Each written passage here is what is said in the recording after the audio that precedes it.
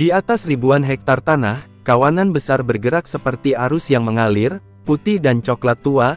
Di balik pemandangan yang damai itu, terletak model peternakan skala besar, yang menghasilkan nilai ekonomi yang luar biasa. Itu tidak hanya sumber daging, susu, dan wol global, tetapi juga pendapatan stabil yang menopang jutaan rumah tangga.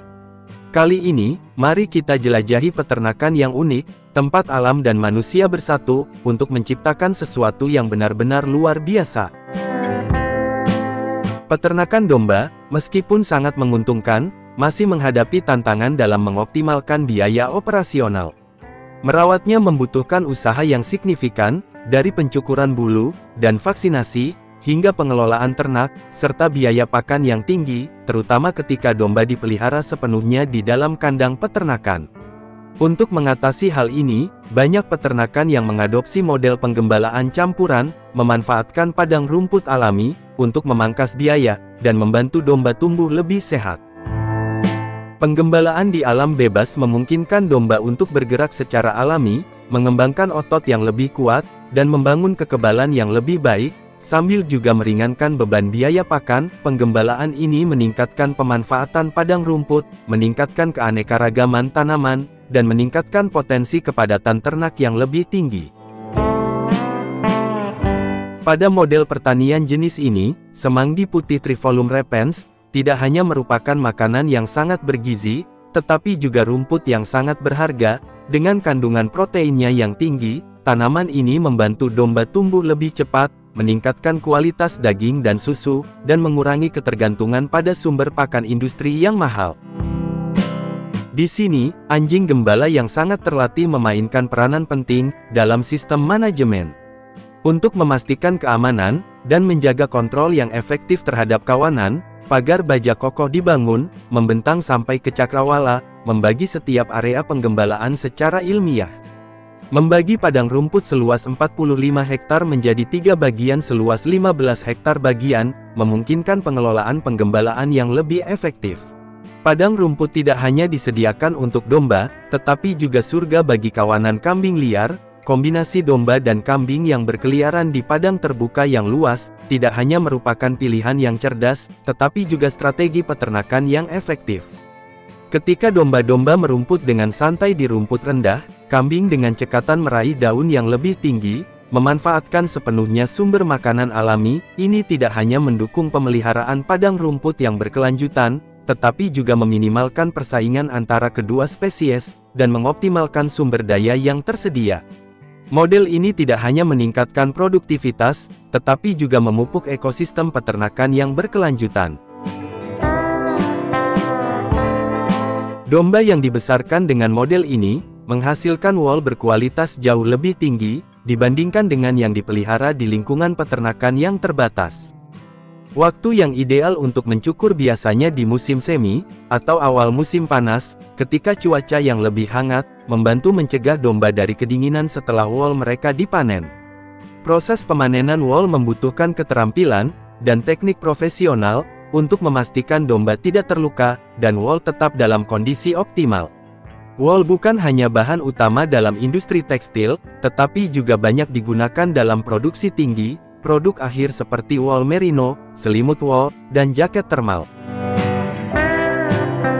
Dalam industri pengolahan daging domba, keselamatan pekerja selalu menjadi prioritas utama, terutama saat mengoperasikan peralatan pemotong berdaya tinggi. Pekerja menggunakan dua teknologi sensor canggih, sistem sensor tubuh dan sensor sarung tangan, yang mendeteksi kontak dengan mata gergaji, dan segera memicu penghentian dalam waktu kurang dari 15 milidetik. Daging domba kemudian dibagi menjadi beberapa potongan, untuk memenuhi berbagai kebutuhan pasar. Potongan daging premium seperti daging domba, dan kaki domba diproses dengan hati-hati, untuk memastikan kualitas terbaik, dan kesegaran maksimal. Setelah disortir, potongan daging dibersihkan secara menyeluruh, dan diproses menggunakan teknologi pembekuan cepat, untuk mempertahankan rasa dan nilai gizinya.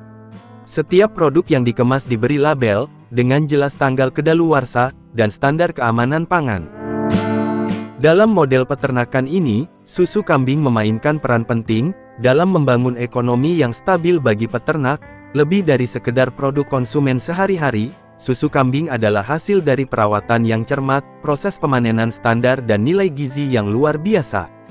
Setelah disaring secara menyeluruh, susu kambing dituang ke dalam tangki stainless besar, dan dipanaskan perlahan hingga suhu sekitar 32–35 derajat C. Di sini, pembuat keju menambahkan probiotik, dan rennet enzim alami, yang membantu susu menggumpal. Saat susu mulai menggumpal, pembuat keju menggunakan alat pengaduk yang panjang, untuk memecah struktur dadi secara perlahan. Setelah susu kambing menggumpal menjadi massa yang lembut, mesin berputar mengaduknya secara merata, atau menggunakan pisau pemotong khusus, untuk memecah dadi menjadi butiran berukuran seragam. Ini memungkinkan dadi lebih mudah dikeringkan, sehingga menghasilkan keju yang lebih kencang, yang lebih mudah dibentuk. Setelah dibentuk, keju diberi garam, tidak hanya untuk meningkatkan rasanya, tetapi juga untuk memperpanjang umur simpannya, mengembangkan aromanya yang khas, dan membentuk kulit luar halus yang menjadi ciri khas keju kambing. Proses akhir tadi juga mengakhiri perjalanan kita menjelajahi peternakan domba dan kambing. Tinggalkan kesan kalian pada kolom komentar.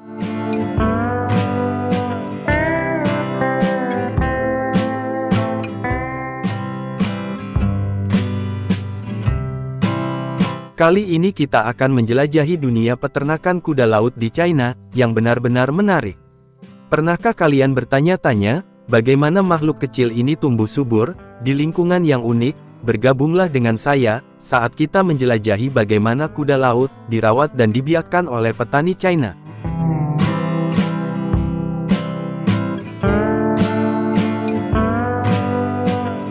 Kuda laut adalah hewan laut yang menarik, dengan banyak sifat biologis yang unik.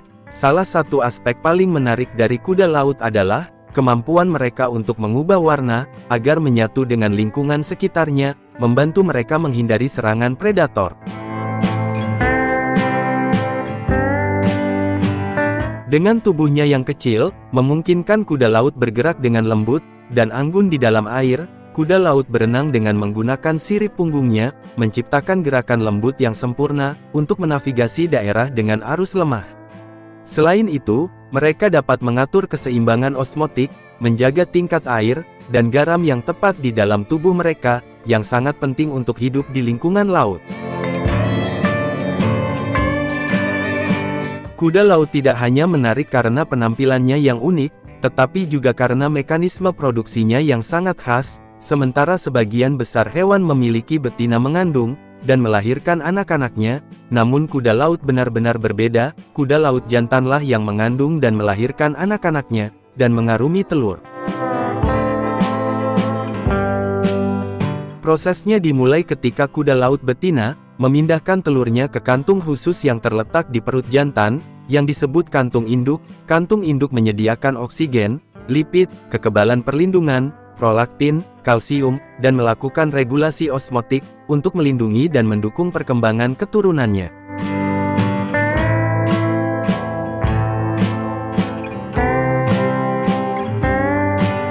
Ketika anakan kuda laut berkembang sepenuhnya, kuda laut jantan melahirkan anak-anaknya dan mereka memulai hidup mandiri mereka di dalam air. Proses ini bukan hanya peristiwa reproduksi yang unik, tetapi juga contoh menarik dari kemampuan biologis kuda laut yang kompleks.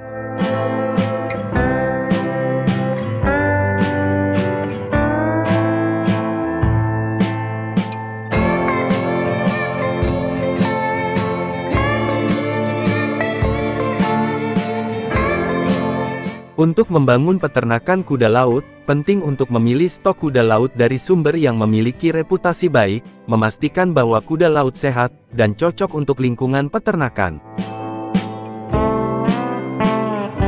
Setelah membeli stok, peternak akan menempatkan kuda laut di baskom besar yang bersih, di mana mereka dapat bergerak bebas, untuk membantu kuda laut menyesuaikan diri dengan lingkungan baru mereka. Mereka akan meninggalkan kuda laut di baskom selama beberapa menit, memungkinkan mereka untuk stabil, sebelum memindahkan mereka ke tangki pembiakan.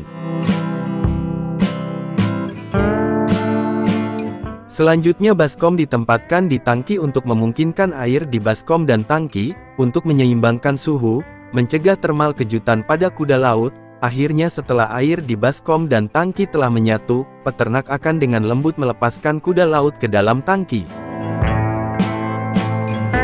Tangki kuda laut harus dirancang untuk menyediakan ruang dan kedalaman yang cukup bagi mereka untuk bergerak bebas.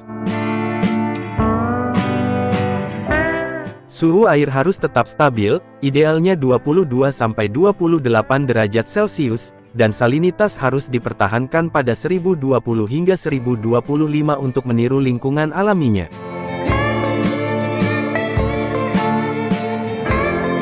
Sistem penyaringan harus efisien, untuk memastikan air bersih, dan menyediakan oksigen yang cukup. Tangki juga harus mencakup tanaman air, batu, atau lumut, untuk menawarkan tempat persembunyian bagi kuda laut, dan membuat mereka merasa aman. Pencahayaan harus disesuaikan dengan benar, untuk menghindari stres. Faktor-faktor ini, menciptakan lingkungan yang ideal bagi kuda laut untuk berkembang biak.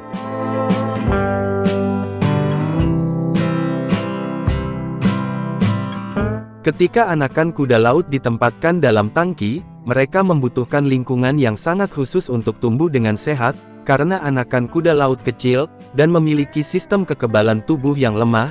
Menjaga tangki bersih dan air jernih sangat penting.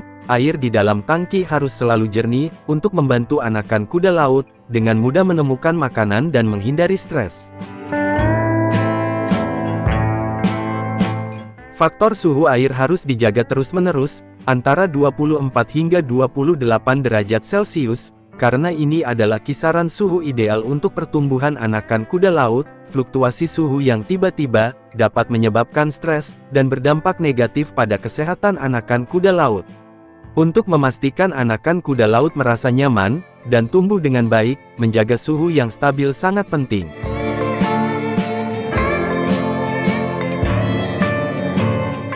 Untuk memastikan anakan kuda laut tumbuh dengan sehat, menyediakan nutrisi yang cukup, dan menjaga lingkungan yang bersih sangat penting. Makanan utama anak kuda laut adalah Artemia nauplii, yaitu organisme kecil yang memasok protein dan nutrisi, yang diperlukan untuk pertumbuhan mereka. Karena anakan kuda laut memiliki sistem pencernaan yang halus, mereka perlu diberi makan beberapa kali makanan kecil sepanjang hari, dengan jumlah makanan yang sesuai, untuk memastikan mereka mendapatkan cukup energi untuk tumbuh, tanpa meninggalkan makanan berlebihan yang dapat mencemari air.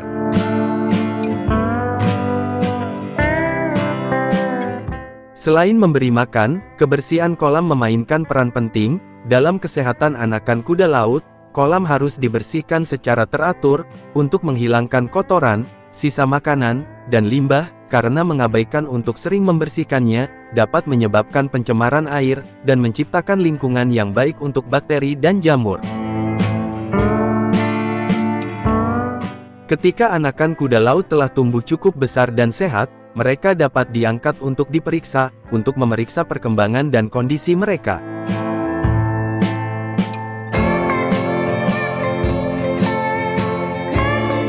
Setelah kuda laut tumbuh cukup, dan memenuhi kondisi yang diperlukan, mereka dapat dipanen dan diolah, menjadi kuda laut kering. Setelah dibersihkan dan diolah, kuda laut dapat dikeringkan untuk mengawetkannya, untuk penyimpanan jangka panjang, yang dapat dikonsumsi, atau digunakan dalam aplikasi seperti pengobatan tradisional. Nah, bagaimana menurut kalian tentang peternakan kuda laut di Cina ini? Apakah kalian pernah mencicipi olahan kuda laut, atau pernah menggunakan kuda laut sebagai obat? Silakan beritahu kami pada kolom komentar.